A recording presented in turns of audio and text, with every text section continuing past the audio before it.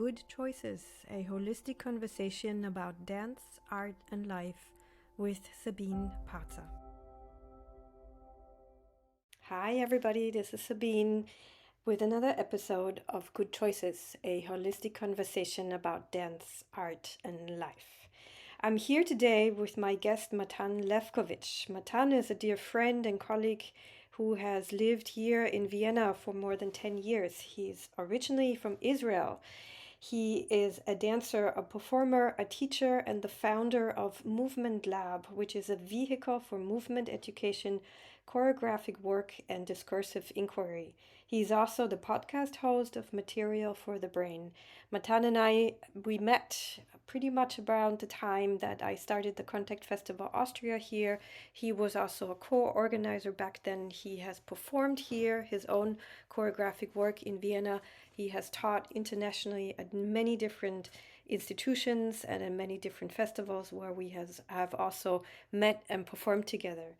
He is one of my favorite people to talk to. In general, we talk to each other very often on the phone or when we see each other, but it was also great to talk to him on the podcast. We talk about podcasts because he's been helpful in creating mine here. We talk about competitiveness and finding a balance within this energy of maturing a bit with competitiveness, but also setting boundaries and shaping our work. We talk about the practice of contact improvisation and community topics involved with that. We talk about him being an Israeli and how it feels to live in Vienna, Austria.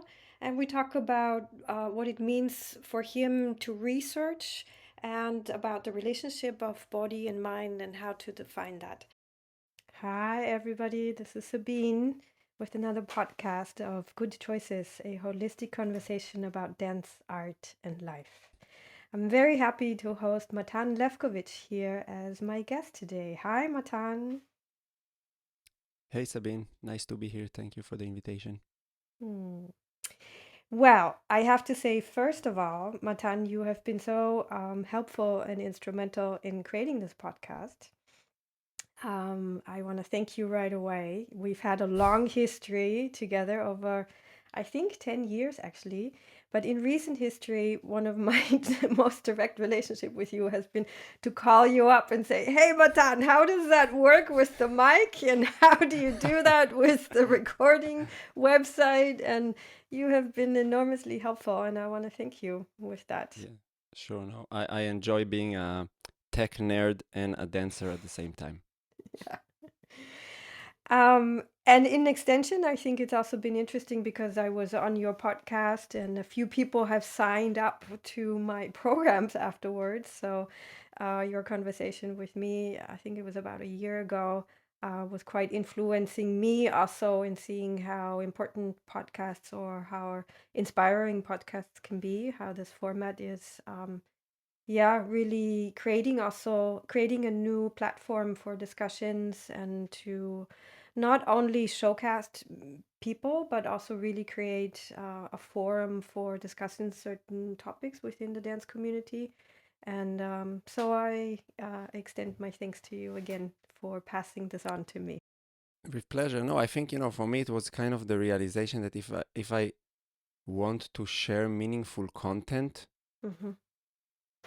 I just didn't find any other way that comes intuitively and easily that I can do in a sustainable way because and we all exist in we all people who are self-employed and entrepreneurs, we exist in a world where we have to market our work and to generate some interest in it, and yeah, just sharing like 15 seconds clip on Instagram doesn't work for me. And I think, yeah, maybe it's a little bit I really feel that this this format of podcasting really fits kind of maybe our generation, that we are a bit slower, we need more time to let things happen. I'm not good in generating this high reel, very quick consumable content, so the podcasting was for me very Mm, natural choice. I'm super happy to discover it, and also, mm, yeah, it's really interesting journey to learn how to listen. I don't know if how you experience it, but for me that's a very big thing in this experience. mhm.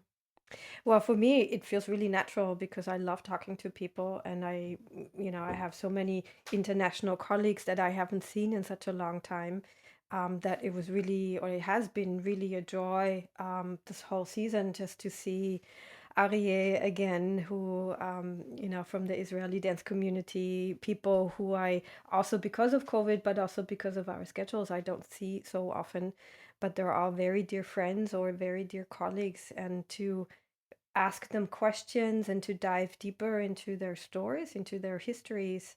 I really got to find out things about people that I've known quite well, and but we've never talked about their childhoods, or we've never talked about certain aspects of their lives, and so that I find that really lovely to take the time to talk to people. Yeah. So I'm happy to have Yeah. you here, so I can ask you some questions. About my childhood. If you want. No. Well, first of all, I want to share with listeners. I mean, we both know that, but that I think it's been about 10 years that we've met. I think in 2013 or something. You Yeah. you wrote me. I was organizing the Contact Festival in Austria. That was in Vienna back then. And then you wrote me if we needed a teacher, and we didn't at that time. But then you came in as a guest teacher, and then you very quickly became a co-organizer of the festival, and then we performed together at different international festivals, and then we so I feel like we have passed each other's path on many different sort of levels, both organizationally, on performance levels, on parallel teaching. We're in the same community, but we've also sort of, we both have families, so have been times when we didn't see each other so much, and in the recent times we've had more contact. So to summarize that up, I find it lovely to see you in this Austrian Viennese community, how you change, how you develop, how versatile you are in the many different forms that you apply yourself to the community, and simply that we stay in touch and that we share our passion. So that's my summary of all of that. Yeah, I'm also super grateful for that, because first of all, I always felt a certain openness from your side towards me, because like you could have you could have reacted very differently after some young ambitious guy write you an email, hey, do you need a teacher? You could write, no, sorry, we are full, sign up if you want to join, but you already said, okay, why not, let's get to know this person. So um, this openness for me was very yeah, I felt really appreciated, and then I think it I kept feeling like that throughout the years, even though that sometimes our interests went in different direction. But I think the fact that we still spiral one around another in certain ways, for me it's like a Hmm. um that's something that cannot happen short term. You really need to spend time enough with individuals to see that maturity in a relationship, even in professional relationship. It is a relationship, and it goes through certain cycles. And now I feel very much at peace with myself and in what I do. Hmm. So I don't feel that I really my competitive side, which is a very dominant side of me, is much more calm now. Hmm. So it's much easier for me to see the possibility to connect and to collaborate. Hmm. And I think that for me, the moment I invited you for the podcast was for me also like a certain switch, internal switch, uh, not only with you but with many others, and the realization that inviting people, focusing on them, and creating space for them gives me something in return, Hmm. and that it nourishes me. It's not about it's not doing it to get something, but it nourishes you. Hmm. And now I'm very open to just create spaces for others, and not necessarily just to think like, where would I be in the center of that event. So, Hmm. and that's a big difference, Hmm. when we met in 2013, that wasn't the case for sure. Yeah, and I said that on our podcast when I was talking to you, that I think it's also an organic development. I think it's a natural maturation process. Not everybody does that. Recognizing that, I think people, I teach a lot of teachers or beginning teachers or teachers who want to include more of dance into their professional life, and I see sort of two tendencies. I see either the very strong-willed, I can do this tendency, or the tendency, oh, I'm not good enough tendency. And ideally, those two ends of the pole sort of come together somewhere in the middle, and they swing together. So it's neither about a heightened ego nor sort of a buried ego. I think as dance teachers or as entrepreneurs, in a way, we have to have both. We have to have the ability to self-market and to get out there and to tell people about our work. And I also think that we have to hold the importance of our own work. So I think it needs ambition in a way to get your work out there. Otherwise, you'll get lost in the sea of other people. So I think it is important for us to take ourselves important, but I think it's a balancing act, and it's a balancing act of being humble and listening and sort of showing ourselves within sort of a fluid way. And I think you're doing that beautifully. Yeah, I mean, it's hard for me to point out where where exactly is the change, because it's not that I'm not a competitive person, like I am still very competitive, and when I enter I'm a room, competitive. I'm competitive also. I can yeah, yeah, totally stand up for that. And I don't think it's, sorry if I interrupt you, but I don't think it's a no, bad no, it's thing okay. necessarily. I think it's a matter of what's the long-term goal behind it, or what's our Yeah, initial no, I don't intention see it. behind it. I don't see it as a bad quality, not at all. I think that everything has, like every personality trait has its beautiful aspect and its shadows, Yeah. and I'm married to a person who is like the complete opposite, and sometimes it's very beautiful to be collaborative and just considerable, and sometimes you just become the doormat. Everybody steps on you and you don't even realize. So I don't see it as something that is high, that is purely negative, not at all. But something changed that I don't need to be a Mm. like I'm not a slave of this competitive side. I Mm. can really use it when it's necessary, but now I can also let it Mm. rest. And Mm. it's hard for me when I think like what exactly changed. Mm. Um, and in certain moment, I know that sometimes um, yeah, I can share something like the competitiveness that I experience in myself. Sometimes it goes into like such silly situation. I can walk in the street with my board. I don't know, I'm skating, and then I see somebody and I pass them, and then I don't want them to pass me because I already passed them. So I don't want to, and then I feel this moment. Okay, wait, now I'm in front. I'm not gonna let you become in front, and that's completely useless. Yeah. But still I realized, okay, that's part of my personality. It's a side that I know now, and Yeah. when I was younger, I didn't have distance from it, so I couldn't observe it. I was just it. Yeah. And yeah, maybe it's just a matter of yeah, maturing also. Funny. It's funny because I listened to Brene Brown. You know Brene Brown? Her podcast. She's a researcher in the US. She writes a lot about vulnerability and shame. She's quite big in the US, and she talks a lot about in terms of sort of the human nature and the human condition. Yeah, but she's a researcher and she's a social worker, so she kind of applies it to different fields, but it applies to our field just as much.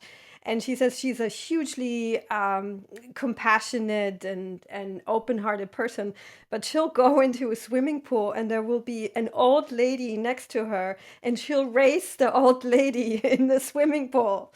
And so she was talking about that. And I think it's so funny that there is a part of ourselves, and I think it's a survival part of ourselves also. And I think if we can laugh about it or witness ourselves within that, I mean, I even enjoy having playful competition with my colleagues. I think it's a wonderful thing because we can actually challenge ourselves. As long as it doesn't become destructive and mean, I think it can either be on the dance floor or even in the studio. Like if it's if it's a meaningful competition, then we can support each other within that, and we can go, wow, you did that, I want to do that also. It becomes supportive, and we can use that Mm, quality to actually to also further our field. Yeah, I think what you have done also with the podcast, but with a lot of things that you mm, have done also in recent years with your trainings and how you put yourself out there.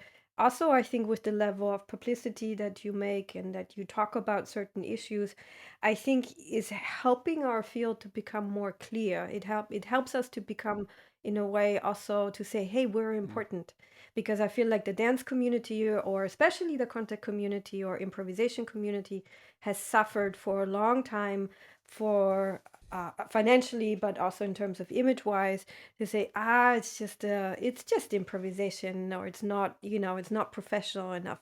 And I think I definitely want and have been changing that, and I think you also have, yeah, in a way of showing yourself and showing yourself Mm.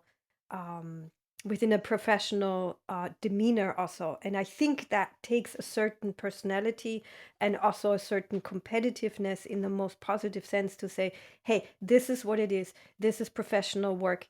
And here I am also. Yeah, no, for sure. I think that type in my like the, this personality trait really helped me to advance my work for sure. Mm. I think the problem where what I like for me when I look at the dance world and the contact world, what I see that I find a little bit maybe the reason it's more in the shadow, and because I see that the type of competition that I see within the dance world to some degree is much more ugly than the competition I see in the I don't know, in mixed martial art. Uh-huh. And I think that to some extent, or whatever other sport you can think of, it doesn't really matter. And I think that because the competition is we are competing around something that is very subjective. There is no you cannot really say I'm a better dancer than you. That's a claim that if you go down that road, it's a complicated thing to claim. It's like, Yeah, if you race somebody, you know who is the winner. It's very yeah, yeah, clear if you get and there yeah, first. and then there is, like when you see great athletes who have been competing one against another, very often, even if there's a lot of animosity before the game, very often at the end of the game, the winner comes and shake the hands of the loser, and there's a certain respect of, hey, you Mm. you you brought the best out of me, Yeah. and now we know that today I was better than you, and that's it, and it's final, and we can let it go. But in the dance world, it's always like, like I see, like when I think about the funding in contemporary dance and how Mm. people are competing for the money, but then at the end, you cannot say that the person who got the money is objectively a better artist. It's really like politics, and people are, Mm. there's a lot of resentment, jealousy, enviness, lack of Mm. appreciation. It's not that Mm. this competition drives us, and we're like, oh wow, you got the money, I shake your hand, you did a better job. No, it's not that. Mm. So I think that the ugly side of the competition is more present in our world, and I've been trying to, at least in the contact world, I think that I've been trying to advance the idea that there are empirical aspect of the practice that we can judge and say, look, I'm better in that than you. And that doesn't mean that the dance that I'm doing is better, but there are empirical skills that we can name and say, look, your ukemi is horrible. When you fall to the ground, you're gonna break something if you do that very often. So, and that's just what it is. That doesn't mean that you communicate that your communication skills are horrible, because that's already an intersubjective thing. But Mm. but there are external empirical things that we can name and Mm. say, I made this choice, for example, in my jam, not to welcome newcomers. And I know that that's kind of a not very common decision to say, okay, if you've never done contact, don't come to the jam, Yeah. because it breaks inclusivity. But for me, it comes from the realization that the external skills and also the internal skill in that regard are important, and they're visible, and we can definitely see it. And I just had a case now in my jam, in the last jam, that there was two people who were obviously a beginner that should have not been in the jam. But when I asked them for their experience, they said, yeah, yeah, I have experience, but I already had like a suspicion. And then at a certain point, their dance became so central, but with lack of awareness that this is where they are. And of course, it affects the whole space. If you have two people that are kind of almost doing like a dry sex somewhere in the corner, and all the rest of the people are dancing, there is a certain gravity center to this event that is being displayed because it's a public thing, contact jam. You're not in your private space. And the thing that is that they were just not aware that we got, that we found ourselves in that space. Well, it includes the ability to say no. I think that is part of the larger topic here is the ability to focus on something and also the ability to make decisions. I think it's included in sort of this, maybe there's another word for competitiveness, but of creating form, also creating a form to what it is that we do, or creating a gestalt that includes having a boundary. And that boundary means for certain things I also include everybody, and for certain things I don't include everybody. I have to make these decisions, and if you want to create a safe space, you also have to have this. I mean, that is one of the main points of my teaching in my teacher's training. You have to be able to say no, both in the dancing, but also sometimes to students, or sometimes to certain formats, or to certain disruptions, or to certain destructive behavior. Let's just put it that way. So I think that has to do. It's a quality that for me is within the shaping of doing your own work, or creating your own spaces. And it's not always easy because we live in such a liberal world where anything goes, and especially in the dance community, anything goes, or we should be all inclusive all the time. But it's not necessarily always helpful, because all inclusive, No, like complete no, it's very inclusivity can pathological also in my mean, and I'm opinion. not talking about race or gender or queerness or nothing like that. It's not about discrimination. It's actually about, like you said, it's about beginners. It's about destructive behavior. It's about saying this is a workshop that focuses on this, and if you don't have the skills for it, please visit another workshop. Yeah, but it takes a certain discernment, or also clarity, in order to shape something. Does that relate? Totally. Let me throw you an idea that I was grappling now. I'm reading a book now that it's called Sharing the Dance, Contact Improvisation in American Culture. I think I something like know that. the Maybe author, I'm wrong with the Cheryl title. Pallant. I know her. Yeah. Yeah. So yeah, one of my students for the full contact program, he bought the book, and then he bought many contact books, and then he kind of asked who wants to read something. So I picked that one. So I would say that that insisting on inclusivity is a conservative position within the contact improvisation world nowadays. And if you still say, yeah, contact improvisation should be all inclusive, you're on the conservative side. You're not evolving. You're stuck in the past.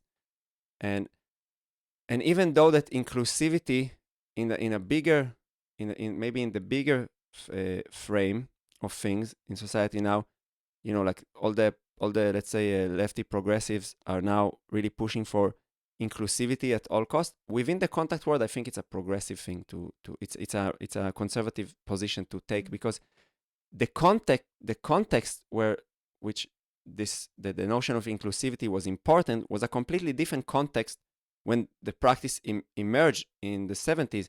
And where we are now 50 years later, it's obvious already that the gap between an expert and a beginner is so big that including everyone at all cost doesn't correlate with the reality of the practice anymore. And I see it, so I took the decision not to invite newcomers to my jam for many reasons that I can argue. And if and but still, for example, whenever I go to festivals or to some, now I was in some contact and silence retreat in Italy, a beautiful retreat. Still, I see that in those complicated scenarios, newcomers are welcomed, and I'm asking myself, in which other field you would go to such a deep and complicated experience when you never experienced that before in your life?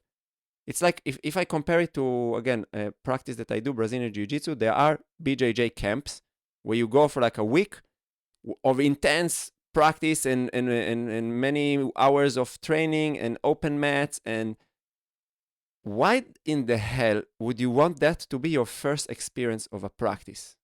I mean, is this really the right thing for the individual to just jump into this chaotic situation where you need so much self-responsibility in order to maintain your integrity? And I would say, like, I don't know why we insist that that's a good thing to do, to introduce people to the practice. I think that for me it's just it's really like a um an insistence on this value that has really uh, negative outcomes on many people. Most of the issues that I see happens with people who have no idea what they're entering, and they are just lost in this space that is so much open for interpretation. I would even say that it's easier for a beginner to go to a Brazilian Jiu-Jitsu camp than to a contact festival. At least there, it's very clear what you're doing. I don't think that we know what we are doing. I don't know what I'm doing when I go to a jam. It's still something that I ask because it's a practice that is so open for interpretation. So, now I came back from this festival, this event in Italy, and I was super confused. I was asking, like, what the hell are we doing there? Like, what is this practice? Is it a therapy? Is it a just recreational fun thing? Is it a spiritual practice? Is it everything together? What is it? What, like, it really it touches so many things in myself that I cannot name and say, yeah, it's this. And then you bring somebody who has no idea what they are doing, and you throw them into this mesh, and good luck with that. It's like super complicated. So, Matan, I recognize that I would love to actually ask you, like, why did you come to Austria? Why did you come to Vienna? What was your initial impulse to come here? Okay. Yeah. And sure, I will talk about it, and I'm also will be happy to. I'm very open to talk about my identity as an Israeli and as a Jewish person living here. Uh, so when actually it's all a mistake. It's all chance because I was in Tel Aviv, living in no, back then I was already living with my wife. We were not married yet. In Abu Ghosh, it's a small village in the suburbs of Jerusalem, and I was doing a dance education in Jerusalem, and somehow I got a flyer of an audition for a school in Salzburg, in Seed. And I remember that I had this flyer, but I didn't sign up. And then my wife asked me, like, hey, should I throw this thing or do you still need it? The flyer. And then I told her, yeah, bring it to me. So if she wouldn't have asked this question and she would have thrown the flyer, I wouldn't have been here. So it was really like, because I didn't really plan it. But then I said, okay, let's try this audition. I went to the first round in Tel Aviv and I got accepted to the second round. And then I started to look at the school actually in Salzburg. And from what I've seen on YouTube, the few clips that were available back then, it looked like that's the place where I want to study. Because where I studied in Jerusalem, that was a very conservative education. A lot of, for those who know what there was a lot of Graham technique, which is a dance technique that was developed in the 40s, I think. So like really old stuff.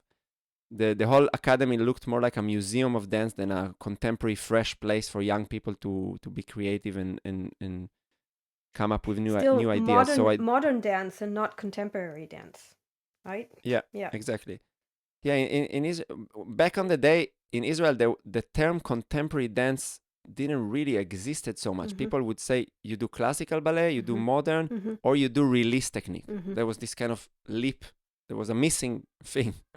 That on the level of the terms. So then I went to Salzburg. I got accepted to the school, and then we said, okay, let's go for an adventure. And when we moved, we thought that we're gonna stay for a few years for the education, maybe 1 year afterwards, and then we'll come back. But one thing led to another, and both my career and my wife's career as a dentist kind of really hit roots here in Vienna.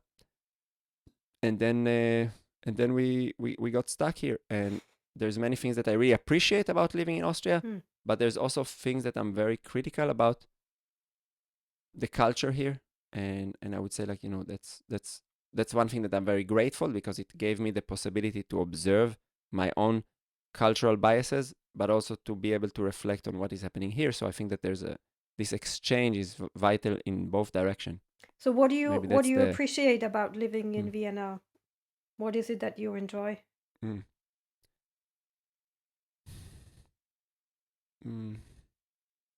The thing that maybe strike me the most about the and that's two sides. It's the beauty and the shadow at the same time, is the ability to coordinate so many people to behave in one way. Shit. That doesn't sound great. It has a lot of beautiful things, Yeah, like but I'll give you the simple example.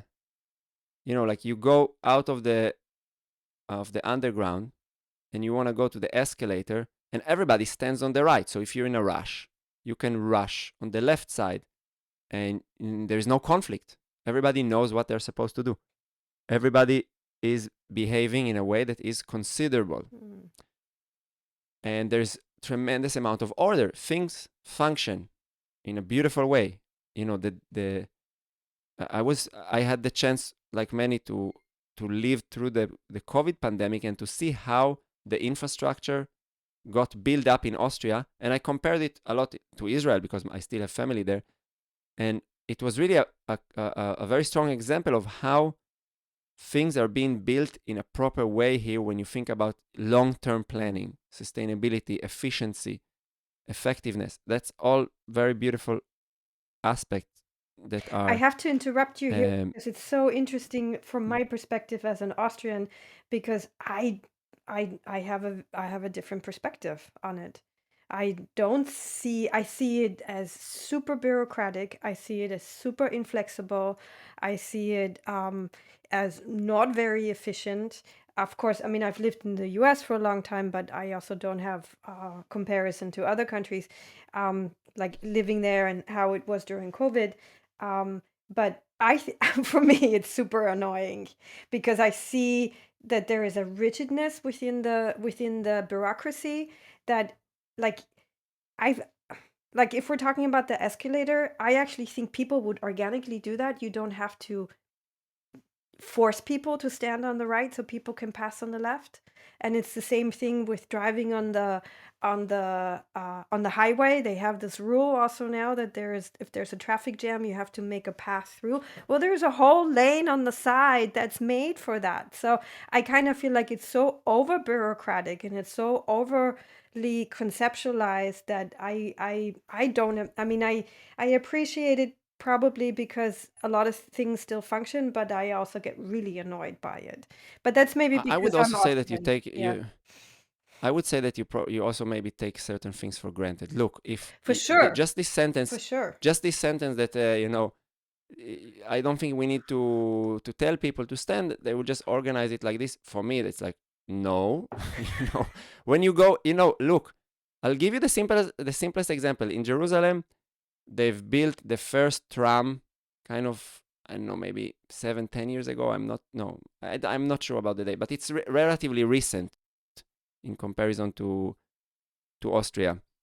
And still, when you go in, like sometimes, they need to announce when they open the door, first let the people out before you try to come in. Because, like nobody does that. It's like people want to come in, and the like Israel is like, the culture there is that everything that you want, you need to compete, and you need to push, Mhm. and you need to Mm, think about yourself. So it's like, mm, if I'm not gonna push, mm, I'm not gonna get a spot. mm. So like this culture of like, let's all coordinate and then it's easier for Mhm. everyone. That doesn't exist. It doesn't. I don't think that it evolves naturally. I think that there is cultural momentum here in Austria that enables that everything new already is coming from that kind of place. But of course, it comes with a price, the rigidity. And the rigidity, um, what I think is the most painful here for me to experience, and I think that it's the first time that I experienced it was during the COVID pandemic, Mhm. because to be honest, when I moved to Austria, in the beginning I was a little bit associating too much the like everything that didn't fit my wish for flexibility. I immediately had in my mind this, like, oh wow, what a fucking Nazi, Mm-hmm. that literally when I moved to Mm-hmm. Austria, I couldn't understand that certain things needs to happen because if we collaborate together, it's all easy for us. I've seen the rigidity just as something horrible. And of course, it was also because I grew up in Israel, and the way we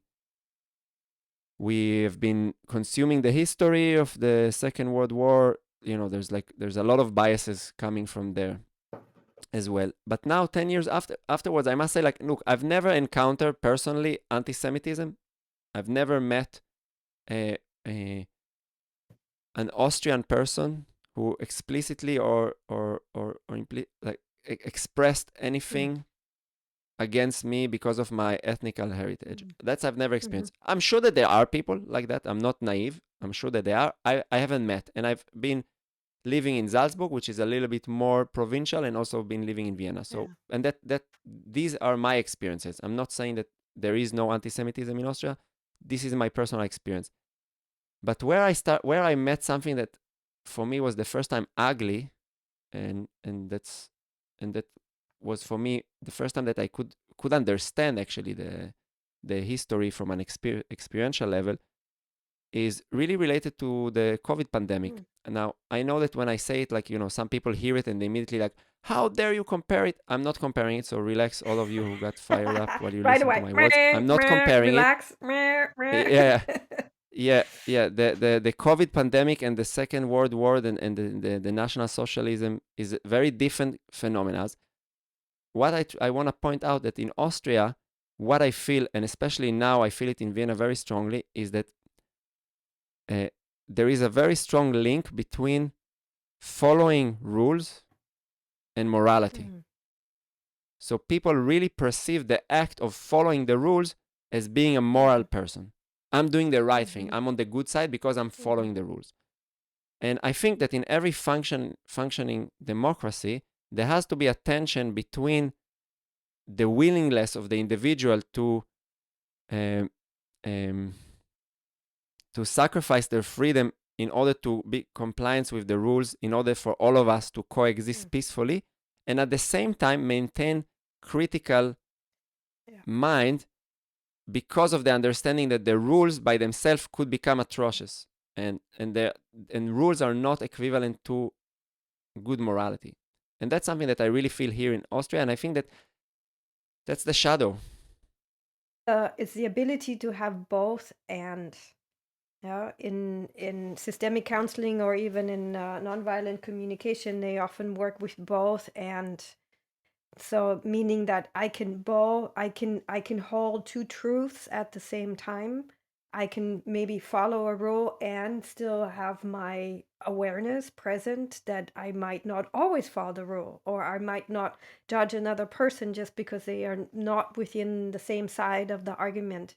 That we can both include um, restrictions and make individual choices at the same time so that it doesn't become rigid in the thinking. I think that's really important. But it's also a level of maturity that not everybody has, unfortunately. And I think that it's also a certain cultural norm. I mean, Yeah. and I guess that, to some degree, maybe the reason why people have more trust in the institutions is because many things do function. Like, okay, I can go to BIPA, collect my PCR test, I do them at home, I get a result, everything functions. It's not a Mm. struggle. It's very easy. It's very Mm. comfortable. So like there is certain trust. Yeah, like something is functioning, obviously, Mm.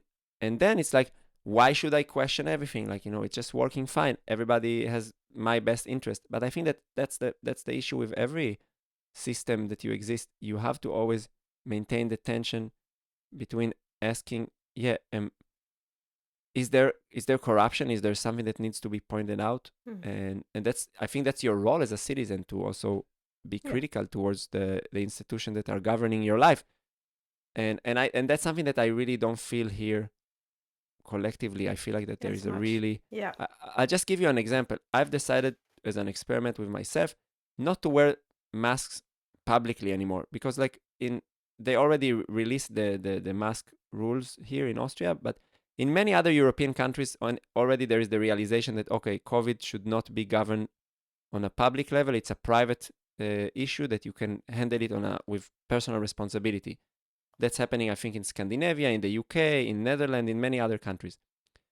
And in Vienna, for some reason, there is a really, really big insistence that no, like you should keep testing, you should keep like this whole paradigm. And I said, okay, I need to assert myself to a certain degree, and I just want to try to see how it feels not to wear a mask.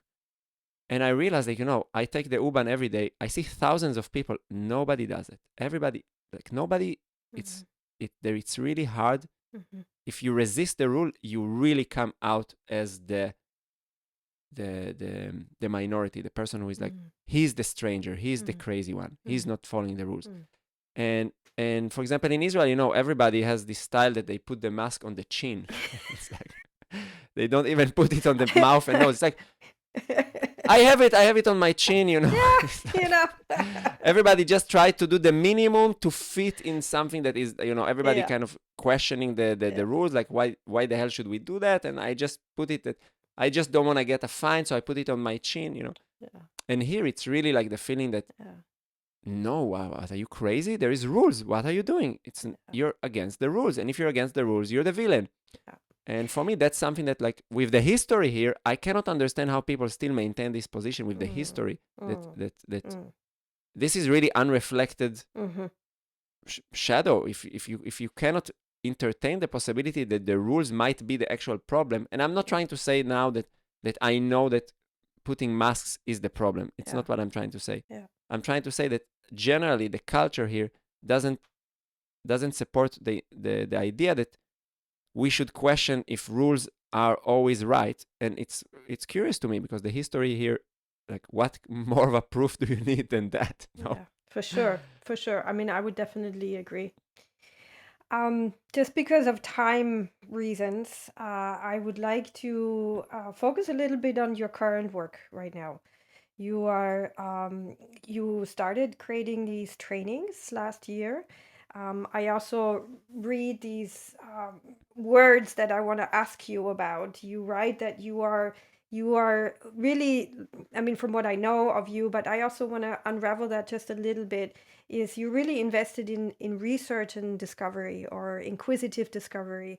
And so I see that you have created these trainings that go for, I think, 6 to 8 months throughout the year. I think you're starting some also already planning for next year. They're quite popular here, which is wonderful. And I'm wondering what the term research means to you, and secondly, what it means for you to investigate the relationship between body and mind. It's such an open question, but I think it's so much at the core of what we are doing. And I think it's really important, actually, I want to know what that means to you at this moment in time, both research and relationship of body and mind. Sure. So maybe I'll say, like, just anecdotal thing. Yesterday was the last day of the first study group program ever. So we finished the first study group. It was quite an emotional thing to realize, like, okay, a process that started in October finished now. And yeah, I'm on the process of, the application for the next year is already running, and it's going really well. So I'm super happy and excited about that. And I would say, for your question, what does research means for me? I mean, there is we can answer it on different levels. I would say like that on the physical level, where we can really observe and name it.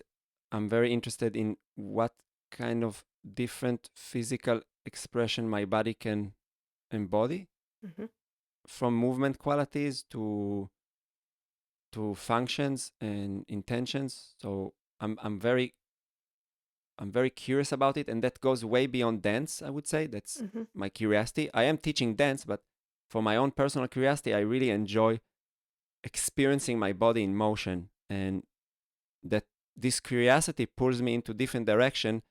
That I would say, I'm doing a research now with myself on the physical level to see how can my body handle a certain situation. And because the body, and as you said, the body mind is not really separated things. So every time I put myself in a different physical situation, of course, I get the opportunity to observe my mind and to observe my emotions and to observe my habits, and and there are and there are different ways that I would say that, like, so I would say that the word research might mean in that context being reflective on what you're doing Mm-hmm. and not just Mm-hmm. consuming the activity Mm-hmm. that you're doing. So for example, now I'm very uh, intrigued by something called surf skating, which is a hybrid between, it's like a skateboard that mimics the movement of a surfboard on the ocean, basically. And so I'm very, I go with myself and I take the board, and I'm trying to explore how my body can function in that situation. And then there is certain things that I meet, certain types of fears, certain types of excitement, certain types of challenges, and and by doing it over a long period of time, and to some degree documenting and looking at my own process, then there is something I would name, I could call it a research and not just an experience. And I think that many people research, maybe if they don't, but in the dance world we have the we have the tendency to name it like that. But there is a guy that I'm following that is super inspiring in this world of surf skating. He's a guy from Australia, and for me, he's totally full on researching his body on this board. But maybe he will not name it Mm-hmm. research because that's not the culture Mm-hmm. in the surf skate world to call it a research. They will just say like, "Yeah, I've just been practicing." Yeah, Could you also name it and play? Would you also include the word play? I would, maybe I would say that play. I mean, it depends what you put on the highest value, because Yeah. what is your highest value, to research or to play? I would say that play could be a strategy to research, but it could also be the other way around. You can say like, look, my highest value is to play. I like to be playful, Mm-hmm. and in order to keep being playful, I also research things. So I I would say that it's just a different. What is highest in your value? think it's really interesting that we're talking about dance here or teaching dance and movement, but you were sharing about your surf skating, and I just saw some pictures of you on Facebook also on the skateboard, and for me it's so interesting that you include so many other movement forms because I could just see that material sort of coming into your dance research. Just the movement, I mean, what I imagine the skills that are needed on the surfboard, the balancing, uh, the regulation of the spine, the reaching, even, all those principles that we work with. And I think it's awesome that you pull from different sources, not necessarily all Mm. dance related.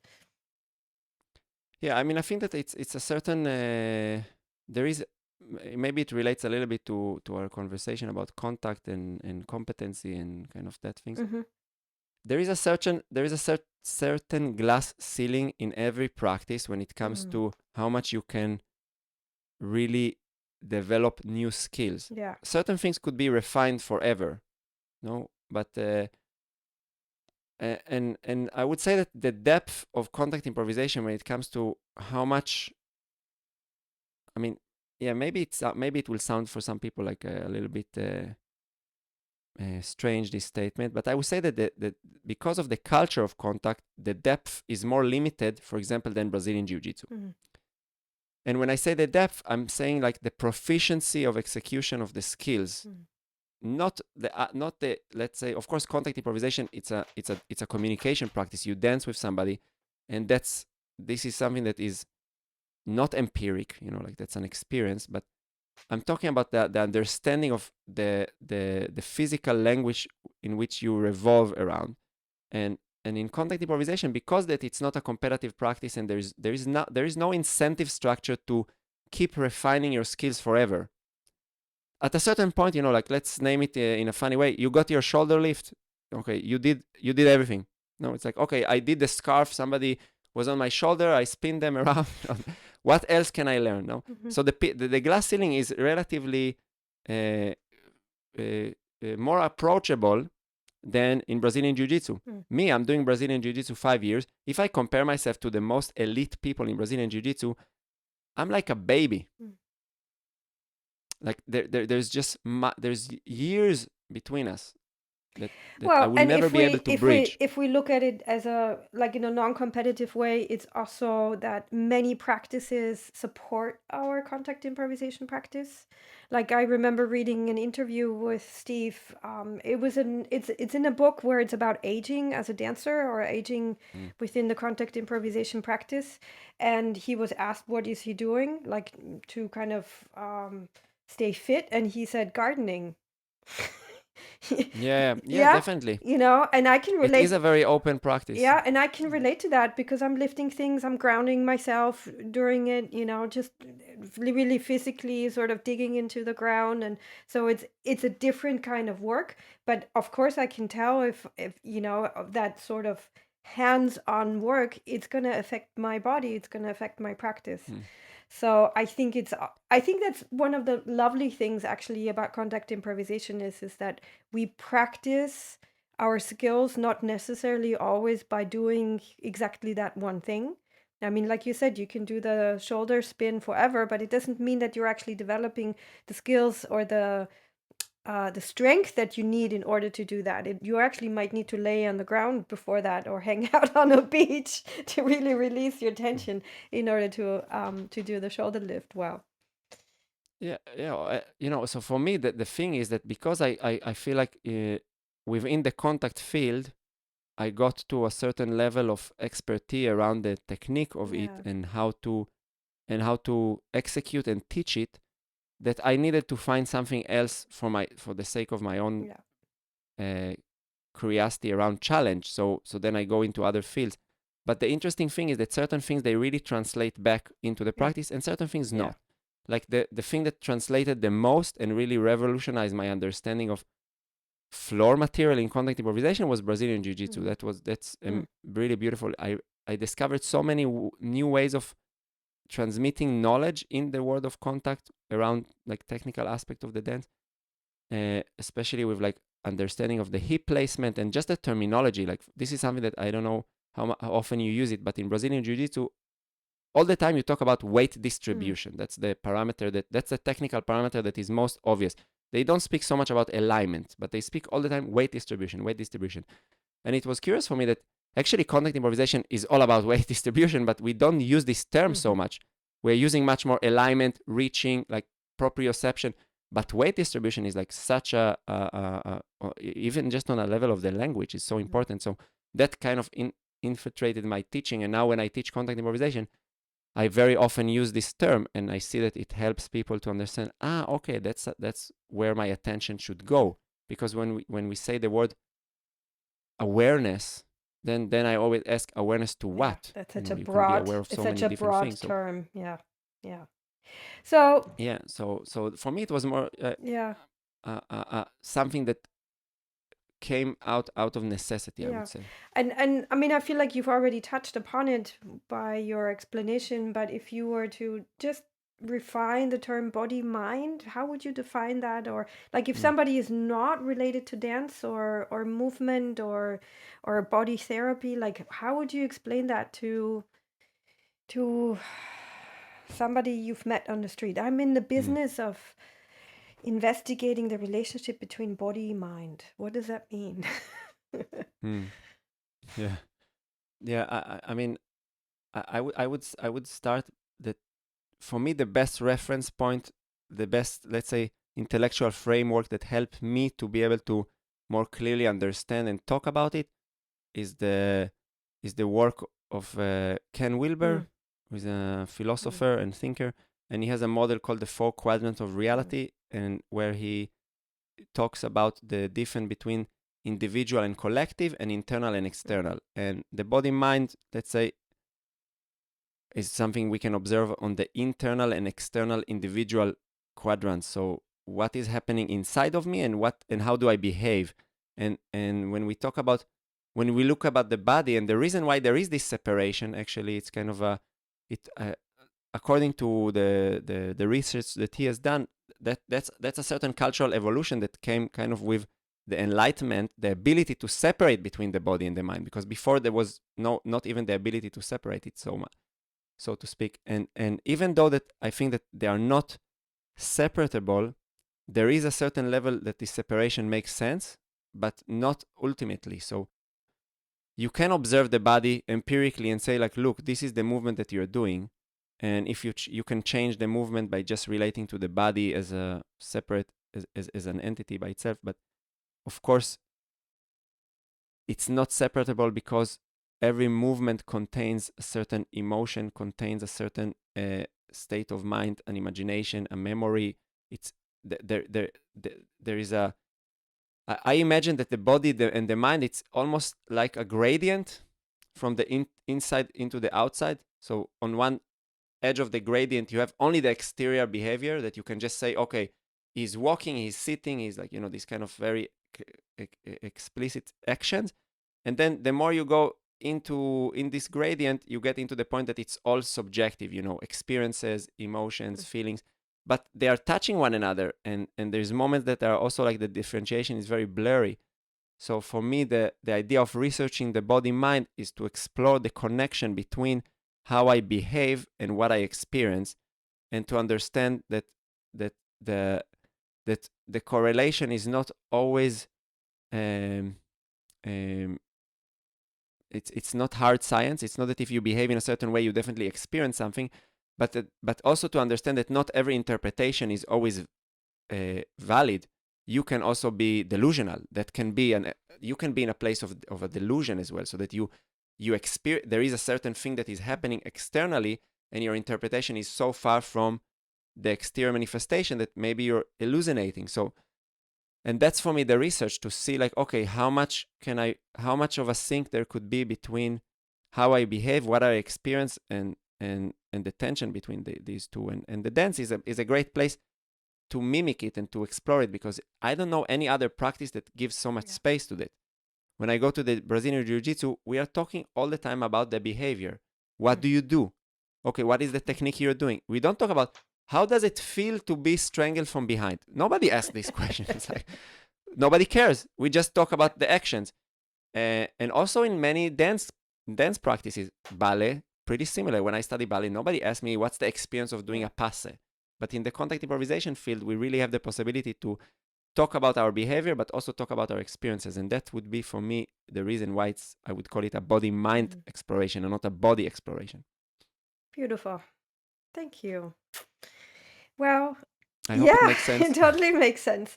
I think there was one sentence for me that like sort of summarized it all. It is the exploration of the relationship between behavior and the experience. To summarize you up, that would be sort of the core of it. Good. I will try to remember next time that somebody asks me. I'll have this ready. What is the body mind? Yes, for the person on the street, who doesn't maybe know Ken Wilber, we can shorten our sentences. No, it's good. Actually, it's good. I love these processes that we take something complex and we can actually bring it down into a one sentence that just brings the point. Thank you for that. Matan, it's been awesome to talk to you. I'm sure this is not going to be the last time. I'm going to continue with my podcast for sure. I can announce here that I'm taking a break for the summer, so with the podcast series. So I will continue in the fall, and so you are my last one in the season, and I'm happy to have had the chance to talk to you, since you have been my tech mentor here for sure, in the podcast world. Yeah, and thank you, Sabine. Thank you, Matan. Thank you for all the things that you do also for the community here in Vienna. You have really furthered the contact community by creating your study groups, by creating a new jam, by voicing your opinions and standing your ground. And I want to thank you for that. I appreciate it. Thank you. You've been an inspiration in that regard. So thank you. Well, I shall see you soon. I'll talk to you soon. Bye-bye. Take care. Ciao, ciao. If you would like to know more about holistic dance and the Holistic Dance Institute, please visit us at our website www.holistic-dance.at. Holistic dance is an invitation to transformation through dance, movement, and touch. It was founded by me, Sabine Parzer, in 2010. It is a mix of different methods, a dynamic cross-method approach from dance pedagogical, dance and body therapeutic, systemic, and holistic methods. We offer authentic movement, integrative contact improvisation, somatics and applied anatomy, improvisation, ecosomatics, and many more elements. I offer holistic dance workshops, I offer single sessions, I offer teachers trainings, embodiment trainings, advanced teachers tracks, year groups, and retreats. I would be very happy to see you at one of our events. And if you have any questions, please write me an email.